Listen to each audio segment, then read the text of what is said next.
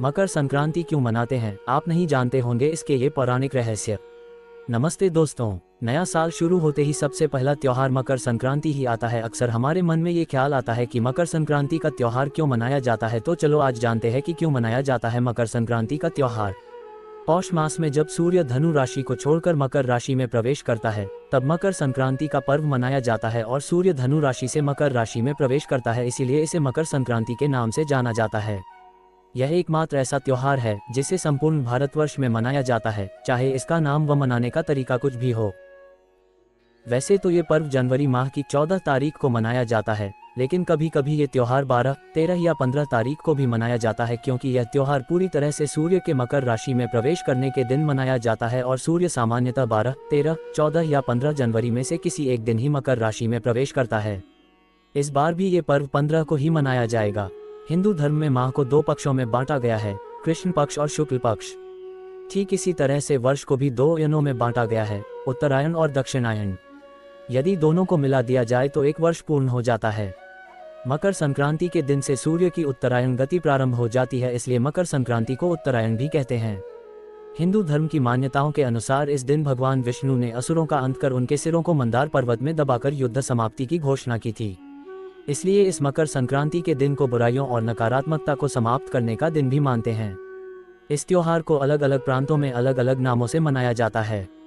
तमिलनाडु में इसे पोंगल के रूप में, तो आंध्र प्रदेश, कर्नाटक और केरला में केवल संक्रांति के नाम से मनाया जाता है, जबकि बिहार और उत्तर प्रदेश में इस त्योहार को खिचड़ी के नाम से जाना जाता है। उत्तरायण को देवताओं का दिन अर्थात सकारात्मकता का प्रतीक माना जाता है। इसीलिए इस दिन जप, तप, दान, स्नान, श्राद्ध, तर्पण आदि धार्मिक क्रियाकलापों को विशेष महत्व दिया जाता है।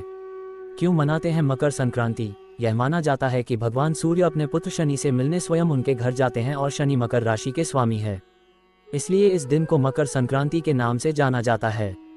पवित्र गंगा नदी का भी इसी दिन धरती पर अवतरण हुआ था, इसलिए भी मकर संक्रांति का पर्व मनाया जाता है।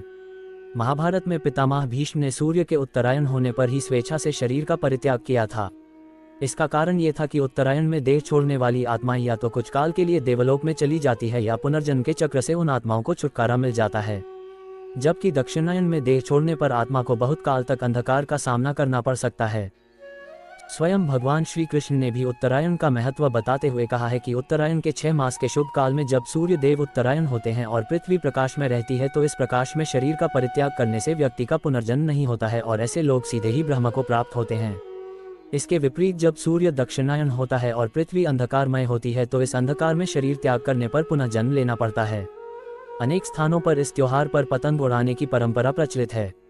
लोग दिन भर अपनी छतों पर पतंग उड़ाकर हर्षोल्लास के साथ इस उत्सव का मजा लेते हैं। विशेष रूप से पतंग उड़ाने की प्रतियोगिताएं भी आयोजित की जाती हैं। पतंग उड़ाने के पीछे धार्मिक कारण यह है कि श्री राम ने भी पतंग उड़ाई थी। गुजरात व सौराष्ट्र में मकर संक्रांति पर कई दिनों का अवकाश रहता है और यहाँ इस दिन को भारत के किसी भी अन्य राज्य की तुलना में अधिक हर्षोल्लास से मनाया जाता है।